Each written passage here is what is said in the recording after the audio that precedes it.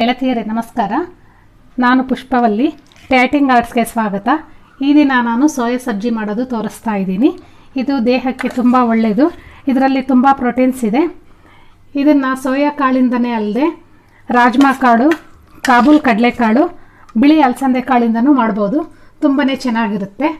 ಈಗ ಸೋಯಾ ಸಬ್ಜಿ ಮಾಡೋದಕ್ಕೆ ಏನೇನು ಬೇಕು ನೋಡ್ಕೊಳ್ಳೋಣ. ಸೋಯಾಬೀನ್ ಕಾಳು 100 ಗ್ರಾಮು ರಾತ್ರಿನೇ ನೆನೆಸಿಟ್ಕೊಂಡಿದ್ದೆ. ಆಲೂಗಡ್ಡೆ ಒಂದು ದಪ್ಪದು, ಟೊಮೊಟೊ ಒಂದು ದಪ್ಪದು ಸಣ್ಣಕ್ಕೆ ಹೆಚ್ಚಿಟ್ಕೊಂಡಿದ್ದೀನಿ, ಈರುಳ್ಳಿ ಒಂದು ದಪ್ಪದು, ಬೆಳ್ಳುಳ್ಳಿ 6 ರಿಂದ 7 ಎಸಳು, 2 ಹಸಿಮೆಣಸಿನಕಾಯಿ, ಜೀರಿಗೆ ಅರ್ಧ ಸ್ಪೂನು, ಗರಂ ಮಸಾಲೆ, ಧನಿಯಾ ಪೌಡ್ರು, ರೆಡ್ ಚಿಲ್ಲಿ ಪೌಡ್ರು, ಅರಿಶಿನ ಪೌಡ್ರು, ಟೇಬಲ್ ಸಾಲ್ಟು, 2 ಹಸಿಮೆಣಸಿನಕಾಯಿ, ಕರಿಬೇವಿನ ಸೊಪ್ಪು.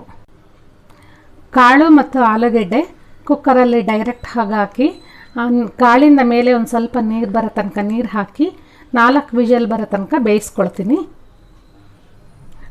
ಕಾಳು ಬೇಯೋ ಅಷ್ಟರಲ್ಲಿ ಈರುಳ್ಳಿ, ಬೆಳ್ಳುಳ್ಳಿ, ಹಸಿಮೆಣಸಿನಕಾಯಿ ಪೇಸ್ಟ್ ಮಾಡ್ಕೊಳ್ತೀನಿ.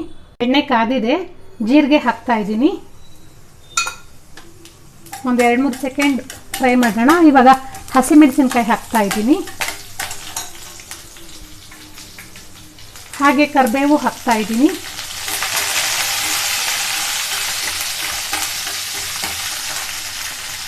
ಈಗ ಈರುಳ್ಳಿ, ಬೆಳ್ಳುಳ್ಳಿ, ಹಸಿಮೆಣಸಿನಕಾಯಿ ಪೇಸ್ಟ್ ಹಾಕ್ತಾ ಇದ್ದೀನಿ. ಚೆನ್ನಾಗಿ ಮಿಕ್ಸ್ ಮಾಡೋಣ. ಸಣ್ಣೂರಿನಲ್ಲೇ ಇದನ್ನು ಎಣ್ಣೆ ಬಿಡೋ ತನಕ ಫ್ರೈ ಮಾಡಬೇಕು.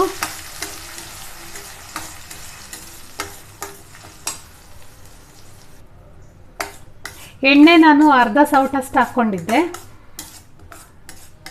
ನೋಡಿ. ಇನ್ನೂ ಇದು ಫ್ರೈ ಮಾಡಬೇಕು. ಇದು ಎಣ್ಣೆ ಬಿಡಲಿ, ಅಷ್ಟು ತನಕ ಫ್ರೈ ಮಾಡೋಣ. ಎಣ್ಣೆ ಬಿಡ್ತಾ ಇದೆ ನೋಡಿ ಸೈಡಲ್ಲಿ. ಇವಾಗ ಇದಕ್ಕೆ ಹೆಚ್ಚಿಟ್ಕೊಂಡಿರೋ ಟೊಮೊಟೊ ಹಾಕೋಣ. ಇದನ್ನು ಅಷ್ಟೇ ಚೆನ್ನಾಗಿ ಎಣ್ಣೆ ಬಿಡೋ ತನಕ ಫ್ರೈ ಮಾಡಬೇಕು.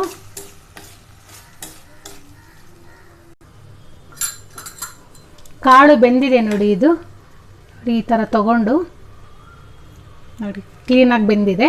ಇವಾಗ ಆಲೂಗೆಡ್ಡೆನ ತಗೊಂಡು ಅದನ್ನು ಒಂದು ಸ್ವಲ್ಪ ಮ್ಯಾಶ್ ಮಾಡ್ಕೋಬೇಕು ನೋಡಿ. ಇದು ಸೈಡಲ್ಲೆಲ್ಲ ಎಣ್ಣೆ ಬಿಡ್ತಾ ಇದೆ. ಇವಾಗ ಇದಕ್ಕೆ ಪುಡಿಗಳು ಹಾಕ್ಕೊಳ್ಳೋಣ.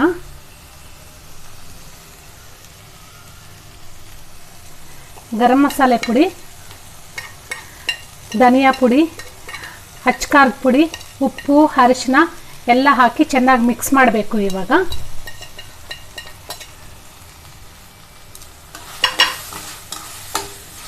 ಇದನ್ನು ಅಷ್ಟೇ ಎಣ್ಣೆ ಬಿಡೋ ತನಕ ಇದನ್ನು ಚೆನ್ನಾಗಿ ಮಿಕ್ಸ್ ಮಾಡಿ ಫ್ರೈ ಮಾಡೋಣ.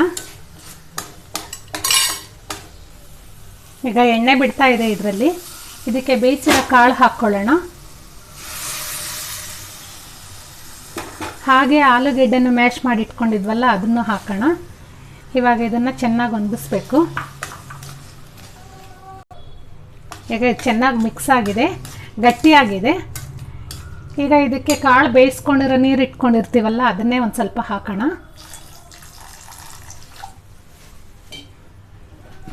ಹಾಕಿ ಇದು ಚೆನ್ನಾಗಿ ಕುದಿಸ್ಬೇಕು.